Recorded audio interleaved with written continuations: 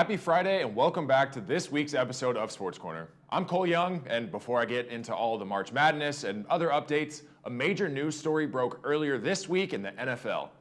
Stefon Diggs, the four-time Pro Bowl wide receiver, has officially been traded from the Buffalo Bills to the Houston Texans. The Bills sent Diggs to Houston along with a 2024 sixth-rounder and a 2025 fifth in exchange for a second-round selection in 2025. Diggs is coming off of his sixth straight 1,000-yard season. However, his relationship with the Bills seemed to have been fractured last offseason. So while this is a massive trade, it isn't too shocking. For Houston, they have spent all offseason building around quarterback C.J. Stroud, and they now have an offense that is stacked with weapons, including running back Joe Mixon, wide receivers Nico Collins and Tank Dell, tight end Dalton Schultz, now Stefon Diggs, and a lot more. Look for them to be deep in the playoffs this year and maybe even Super Bowl. Now, back to the madness. The March Madness tournament for both men and women is slowly coming to a close, and there are only 4 teams remaining. Starting with the top 2 seeds and the 2 teams I predicted to make it to the final round, UConn and Purdue. Both teams proved their strength this weekend. Purdue was in a back-and-forth battle with number 2 Tennessee all day, and they came out with a 72-66 win.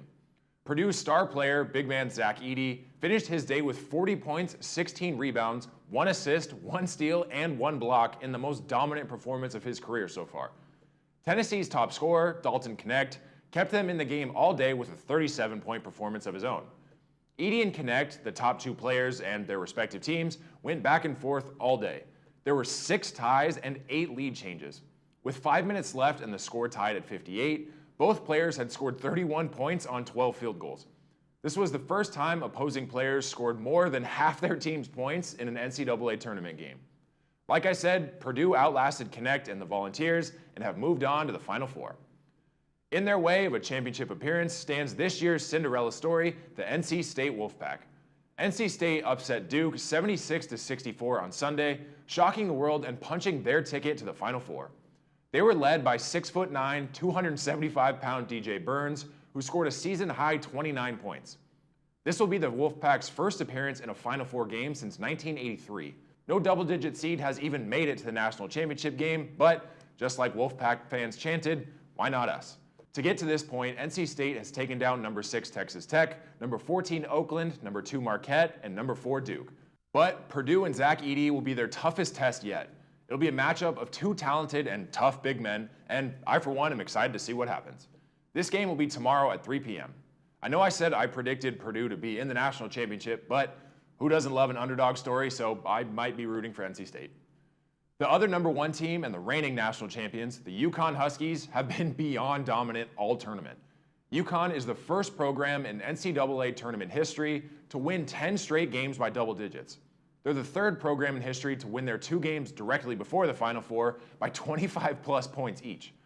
They went on a 30-0 run against Illinois in the Elite 8. UConn has the nation's best offense and a top 5 defense, the only team remaining to rank in the top 5 at both ends of the floor. Donovan Clingan is arguably the most dominant defensive player in the country and will be key in the Final Four matchup.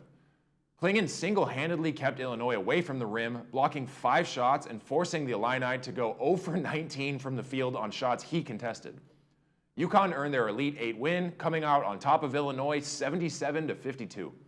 All this to say, UConn is very, very good. However, in the Final Four, they'll be facing a very talented team in Alabama. The Alabama Crimson Tide have had an incredible performance in this tournament, including an 89-82 Elite 8 win over Clemson this past week, as well as upsetting number 1 North Carolina. During this tournament, Alabama has won a game by scoring 109 points and won another game by scoring just 72 points. Alabama is led by their offense, and at the head of that offense is guard Mark Sears. Sears is already a program legend who holds the single-season scoring record and is averaging over 24 points per game in the tournament. On Saturday, he put together an impressive second-half performance against Clemson when he hit 6 three-pointers. But, like I just said, UConn has one of the best defenses in the country, so they will do everything they can to stop Sears and the Tide offense. The matchup of UConn and Alabama will tip off tomorrow at 5:45 p.m. Again, I do think it will be a UConn and Purdue matchup, but as I've said time and time again, anything can and will happen in this tournament.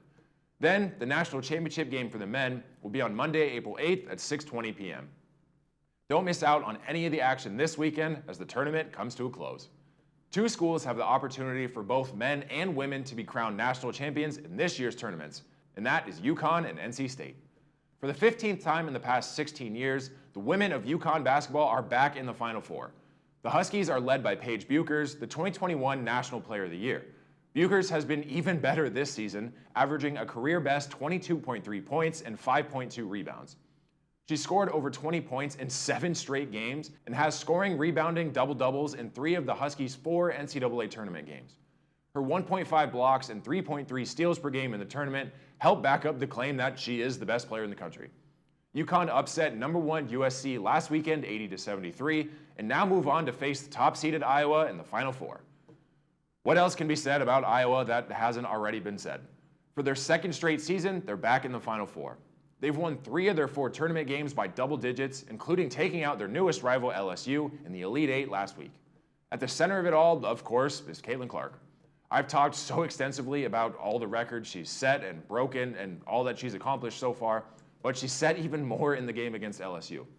She set the Division I record for 3-pointers in a career and finished the night with 41 points and 12 assists. She's averaging 29.3 points in the NCAA tournament and is now the all-time tournament leader in 3-pointers and assists. Iowa and UConn will go toe-to-toe tonight at 6 p.m., so tune in to watch 2 of the best players in the sport face off to see who will advance to the national championship. The other school with both the men and women in the Final Four is NC State. After knocking out #2 Stanford, followed by a 76-66 upset over Texas, the Wolfpack are on to their first Final Four appearance since 1998. Their offense has been prolific at perimeter shooting, and taking the lead is guard Isaiah James. James averaged 15.8 points per game during the regular season, but is now up to 24 points per game in the tournament after making 16 of 28 three-point attempts. The Wolfpack are also 30-5 when they put up more than 56 points. The outcome of this Final Four game will rely heavily on their ability to score early and often. To make matters even more interesting, NC State will take on rival University of South Carolina for the 33rd time in history. The Gamecocks are the best team in the country and have been all season. For a second year in a row, the Gamecocks head into the Final Four completely undefeated. 7 players on the South Carolina team average at least 8 points per game, meaning they are well-rounded and have plenty of depth. Camila Cardoso leads the team with 14 points per game, and her 2.5 blocks per game lead the country. This high-scoring offensive matchup between North and South Carolina tips off today at 4 p.m.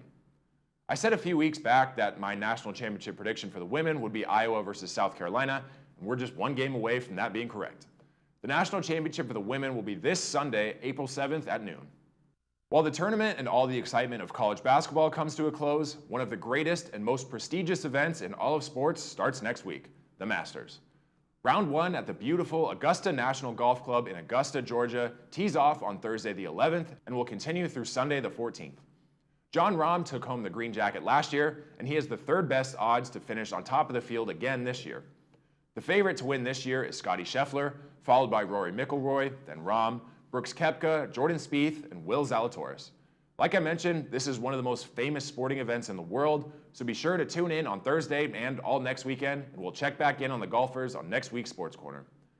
With all that said, make sure to enjoy all the final games of college basketball for the men and the women this weekend, as these last games will be full of drama and highlights and plenty of entertainment.